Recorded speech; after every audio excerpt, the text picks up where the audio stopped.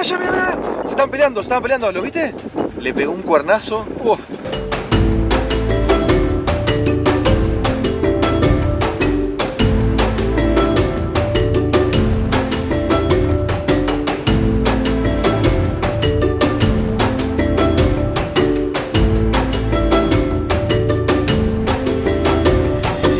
A mis espaldas está el cráter Ngorongoro. Esta es la caldera volcánica inactiva más grande que existe en el mundo. 260 kilómetros cuadrados de superficie. Imagínense lo que es inmenso. Y además también tiene agua ahora. Está inactivo, gente. Tiene agua y tiene comida. Entonces es el lugar donde se concentran la mayor cantidad de animales que hay en este parque nacional. Tiene 600 metros de caída hacia abajo. Y además en este mismo parque nacional hay otro volcán que sí está activo. In any case scenario, we definitely know that we are an animal habitation, which simply means this is not a zoo. Definitely animals are moving. So as guides, we actually have the second houses on how to find the animals and stuff, but we don't really know where they are, but we know it's within a crater. Where they usually are. Yeah, where they usually are. We have to have a game driving around to see where they are exactly. And sometimes we might happen not to see them, especially rhinos. But some of animals, for example zebras, buffaloes, of course, that can be easier a little bit to see.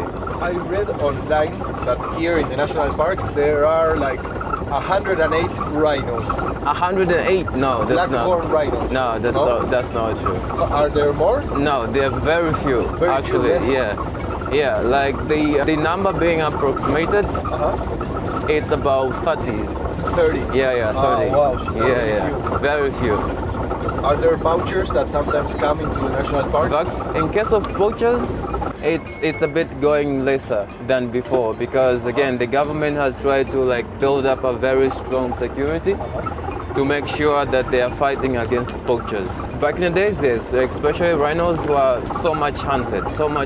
Maybe that's one among the reasons is why today we have very few rhinos.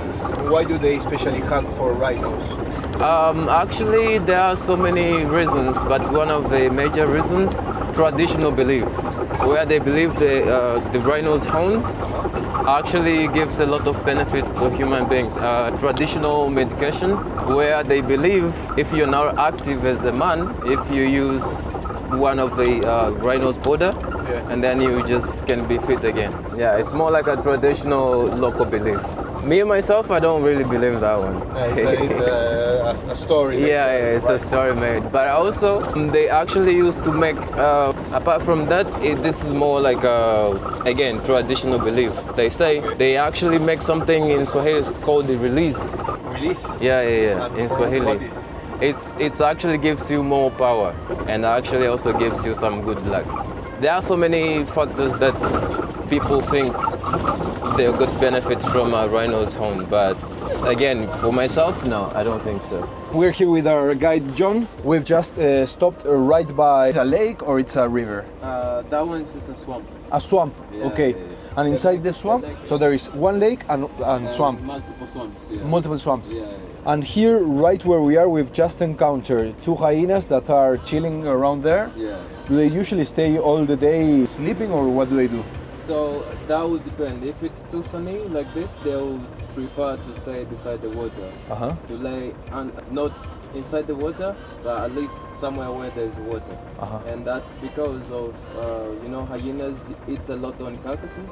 Yeah. That sometimes cause to have a lot of heat in their body. Yeah. So as the reason not to cool a little bit their heat or body heat, Yeah. they will rather prefer staying beside the water. And there's also a hippo we're watching right now. Yeah. What's the deal with the hippo? Does it always stay on water or it goes to land? Actually, in Ngorongoro crater, there is one very common hippo we call hippo pools. But here, I think it just came here just for, for a little bit of cooling the body temperature as well. Because again, we know hippo skin is very, very, very light as they don't have the hair on their body. So when it happens to be hot like this, they also want to be somewhere where they can be a little bit comfortable based on the weather. So now we're going to keep on moving around, see what else we find. Yeah, of course. Okay, there we go. All right. So we've just encountered a female lion, right? Yeah. Why does it have the mouth open in that way? Is it like because of the heat or? Yeah, well, it could be one among the reasons, but also I think it's more because it's a cat type. I think most of the cats, like if you encounter a lion or a leopard or a cheetah, Yeah. they'll always do that. They always do that. They stay with their mouths open. Yeah, most of the time, yes, especially when it's hot like this. As we can see, a female lion is not completely laying down, which means she's actually not chilling. She's actually on a mission. So she's ready to hunt, basically. She's actually ready to hunt, but unfortunately, Yeah. there's no really food close to her. So she's like checking out what she can, if she will find something. Yeah, basically. basically. So there's a bird over there, right? Yeah, I actually see that. How is that bird called? That bird is called blue heron. Blue heron, or you can call it gray heron because of the color. But also the birds are very common on hunting on snakes. Hunting snakes? Yeah. Wow. Because their neck and head looks more like a snake. So what they will do, they will hide their body inside the grasses and stick up the neck and the head.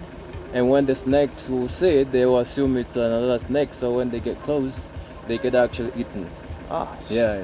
Quite smart bird. Very smart bird. Okay, so it's zebras, rhinoceros, and buffaloes, all together. All together.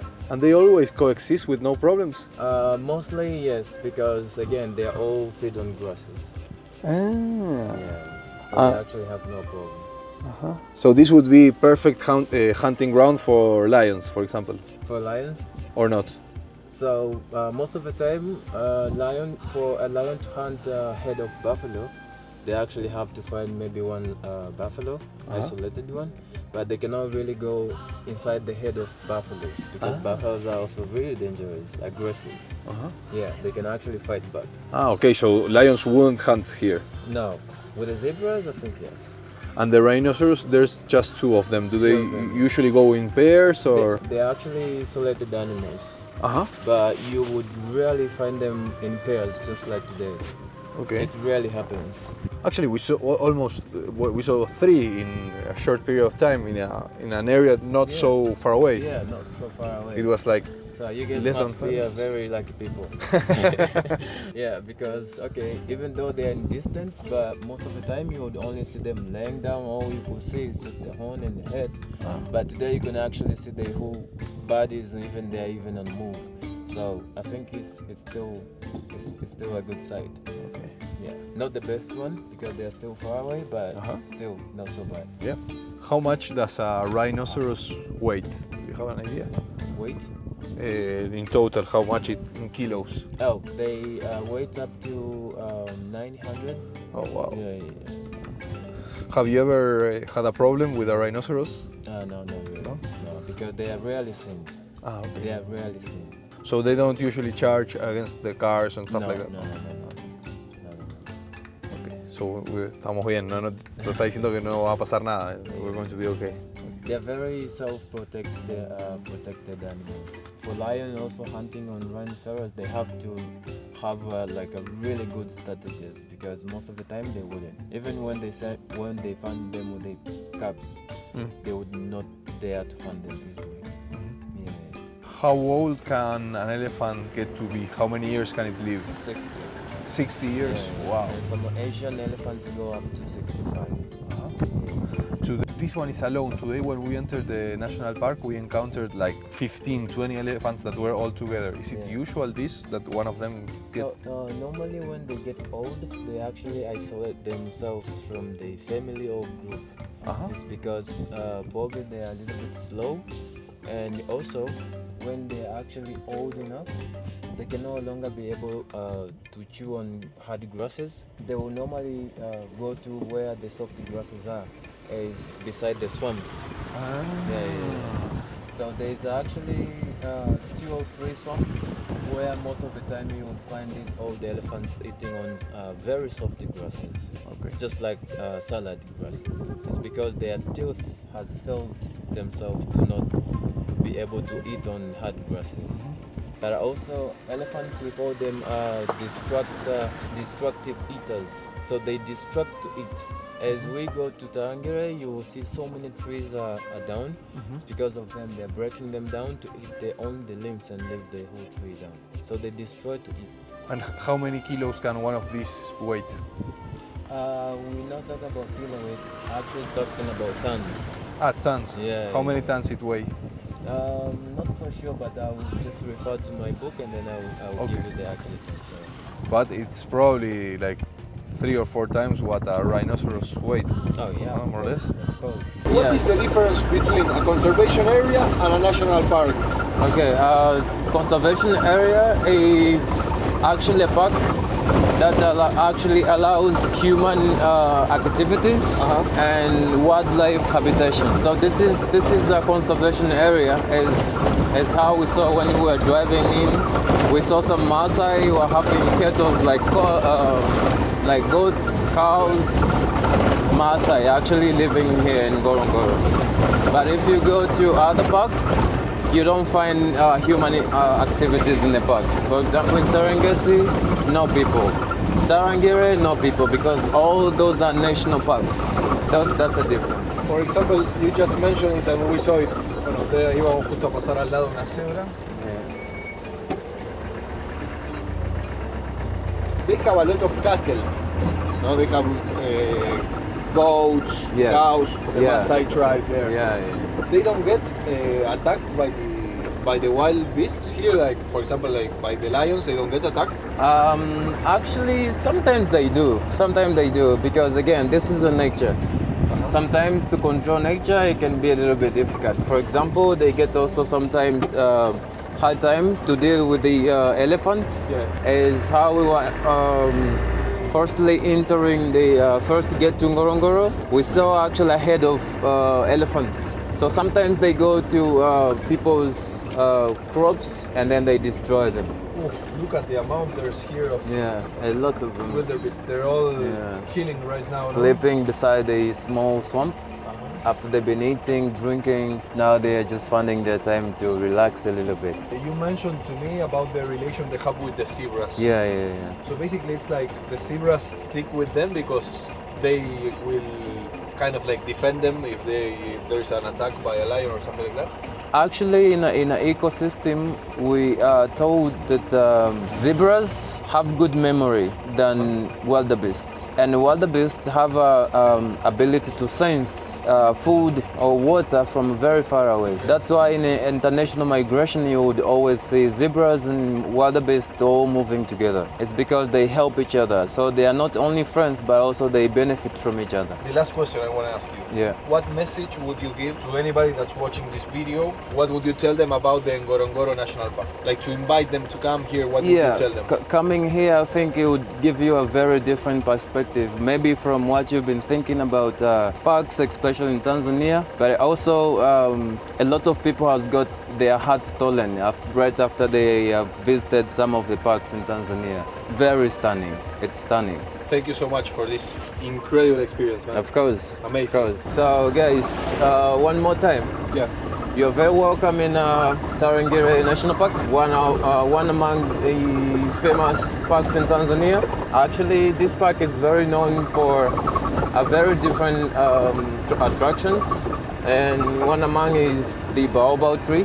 There are a lot of baobab trees, and that's one among the attractions found here. But another one is also known, it's very famous for the big heads of elephants. And sometimes this is called a house of elephants. Yeah. The House of Elephants. The house of elephants, yes. But also in Tarangire National Park, you actually can be lucky to see the leopard, and apart from that also cheetahs. But mostly famous is elephants. Yeah, elephants might happen to approach very close to the car. Is how they are crossing by. So yeah. Is it a big park, a small park? Actually, this is a small park. That's why it's most of the time super easy to find most of the animals all in one place. As you can see, the baobab tree. This is actually one of the biggest tree in Africa. Very, very big, and they're very known. I've seen in a video that people, I think they were in Maasai or from some other indigenous tribe, they did like a water container inside a baobab tree. Have you ever heard of that? A water container? Yeah. No, they carved inside the tree? Not really sure about that, but as what I know, they actually baobab trees, the most trees that actually keeps a lot of water. And that's why most of the time elephants actually prefer to eat on the barks of the trees. As you can see, these trees has actually a lot of scars. It's because they were peeled from by the elephants. By the elephants? Yeah. When elephants cannot find water easily, they go and peel the baobab barks to get more water. To get water from there. Yeah, but apart from that, also they actually have a lot of nutrients, especially for the elephants. So that's why they prefer going eating on them. Bueno, gente, están cruzando los wildebeest, que son estos animales que tienen cuernos, que conviven todo el tiempo con las cebras. Recién nos contaba eso acá el guía. Son unos bichos bastante grandes, como si fuera un toro prácticamente. Fíjense los cuernos que tienen. Mira, mira. Se están peleando, ¿lo viste? Ahí, este con aquellos dos. Mirá cómo se pelea. Recién lo estaba toreando. Le pegó un cuernazo. Hay que estar muy atentos acá. Hay que estar muy atentos porque todo el tiempo van pasando cosas. Y mientras tanto acá la cebra mueve el culito detrás de estos pájaros. Fachera la cebra, Está ahí, chill, tranca. No cebra, no problem. Tirada.